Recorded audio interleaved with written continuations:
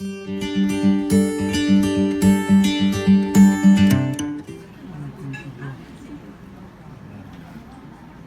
I begin, I'd like to thank Milk Matters and the Lambda Delta Sorority for giving me this opportunity to speak today for Mommy Matters. I must admit, I was truly shocked because I never expected that your sorority would acknowledge a small-time blogger like me, who only started building my platform primarily because I wanted to help APAS moms like me and to give first-time moms an outlet they could all relate to. My blog, Marga Diaries, together with my Facebook page and Instagram, now has grown to a reach of more than 20,000 moms, pregnant women, and I believe dads too. Personally, becoming a mother isn't what I envisioned my 29-year-old self to be. I knew from my first pregnancy, year 2016, that I have APAS already. And I was carrying twins. But sadly, at only 8 weeks, their hearts stopped beating. That was one of the most darkest times of my life.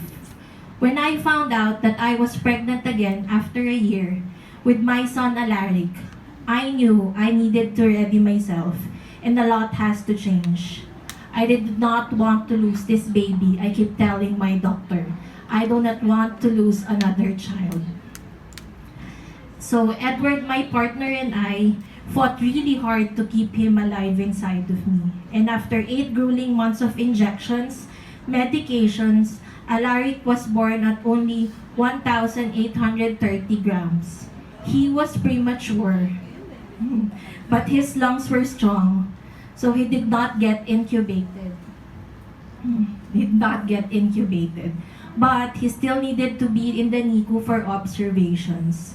Finally, after 6 days of waiting, he was approved to be roomed in with me. And at that moment, I knew God created me to be the mother of this miracle baby. Being a mother makes you have complex emotions of joy, exhaustion, love, and worry, all mixed together. And really, nothing could prepare you for it. No one really tells you about the overwhelming experience you will be having the first few months of your child's life. 1 minute, you were worrying about the bag you wanted to buy, and the next minute, you think about the struggles of swaddling your newborn. It's really an insane task. So hats off to us mothers. Sobrang galing natin. Ang galing-galing natin. When Patricia messaged me about this event, at the same time, I was helping a little girl named Rika get breast milk donations because that is one of my advocacies. Initially, I thought she was getting me because of the work I have done in helping more than 30 babies get breast milk.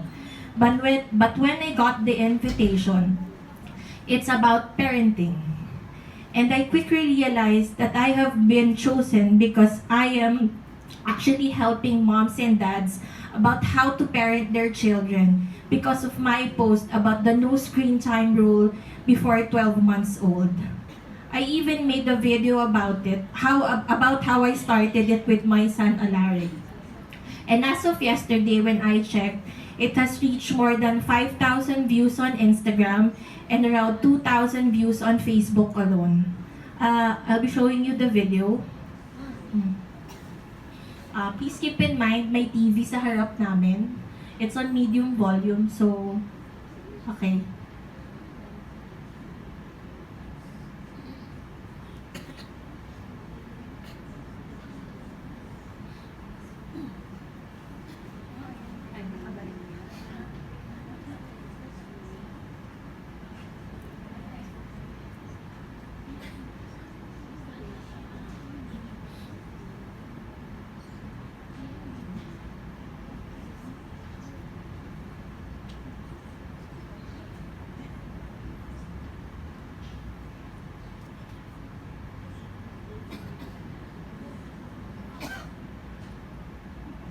So, I was holding rattles, mga toys in my hand.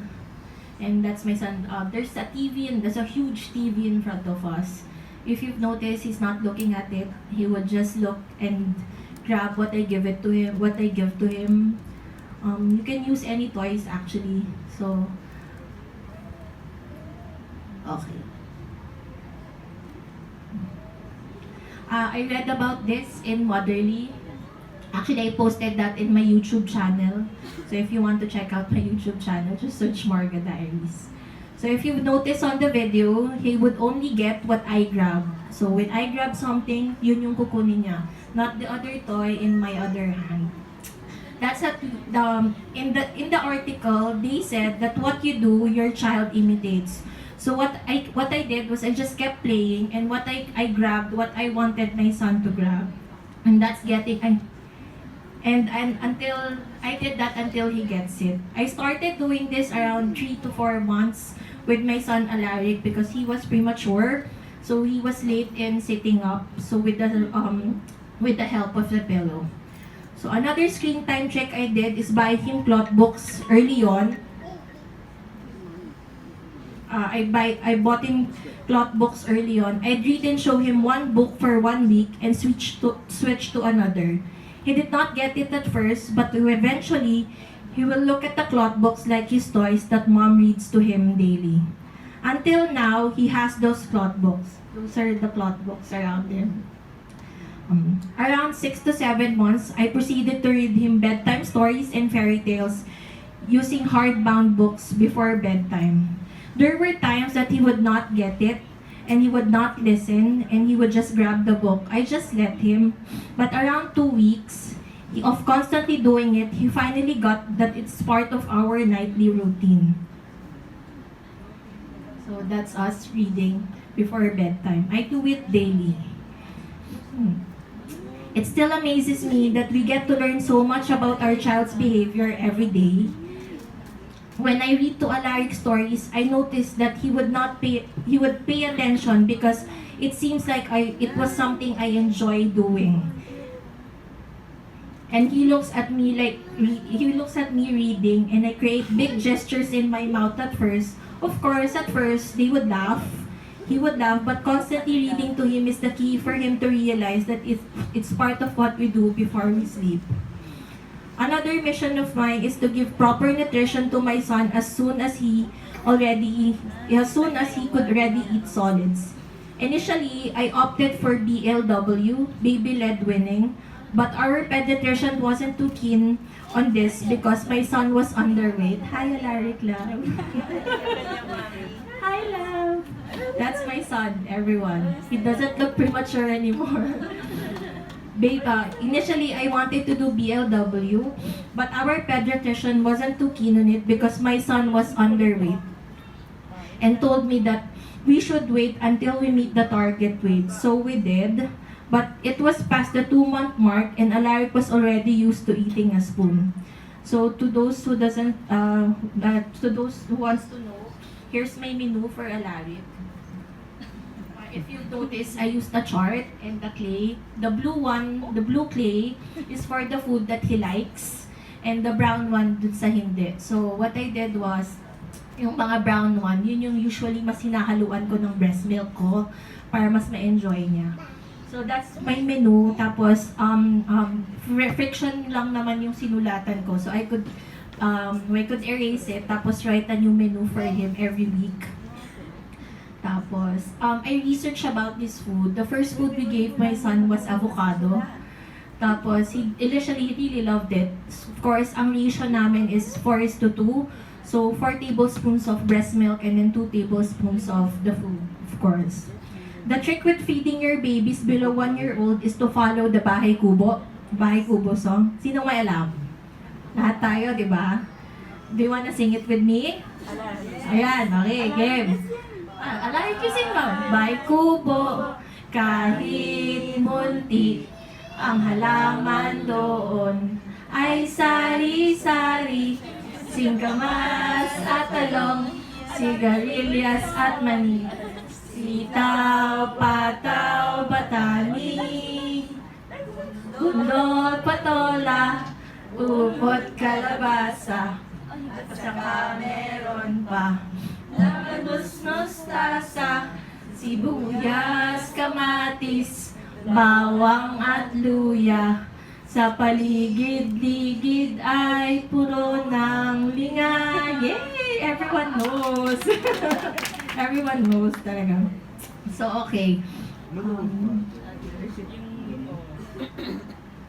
Okay. That's what I followed except for the mani. Just mix and match and remember not to add salt and sugar when you prepare. Why no salt and sugar? A baby's salt requirement is less than 1 gram per day. So it is mostly met by formula or breast milk already. So why is sugar? Yeah, it's a fun baby, doesn't really cry. Why is sugar harmful? Sugar is refined by a lot of chemical processes which may be harmful for children.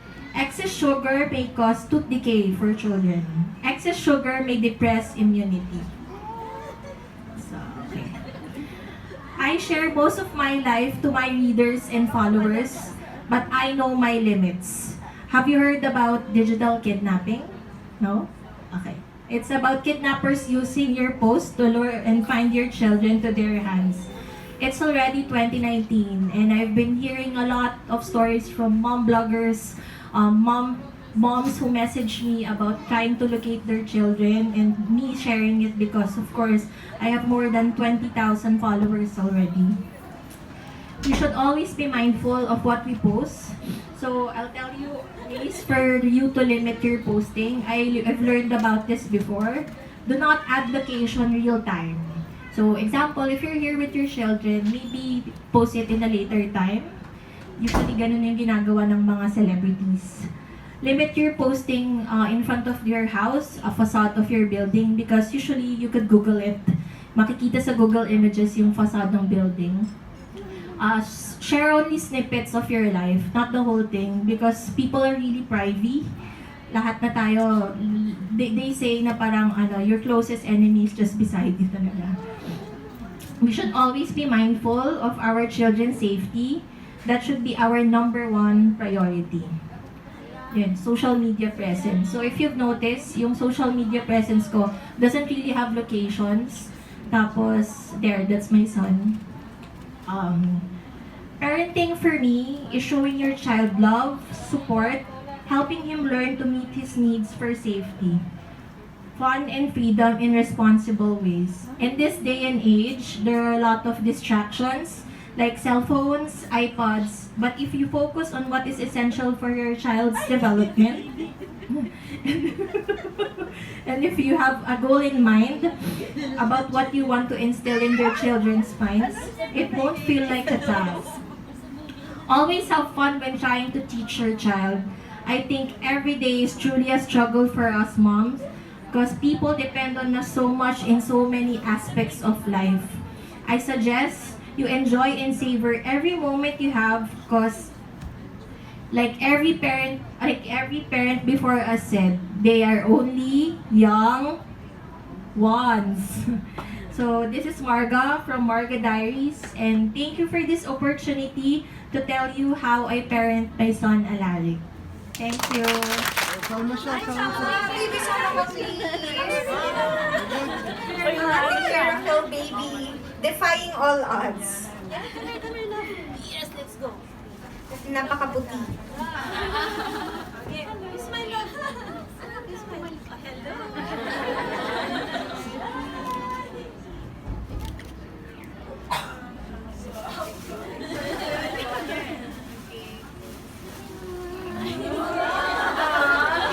Parang game na game talaga siya, no? Na-artista ka someday, no? Hinahapon ka na yung mic.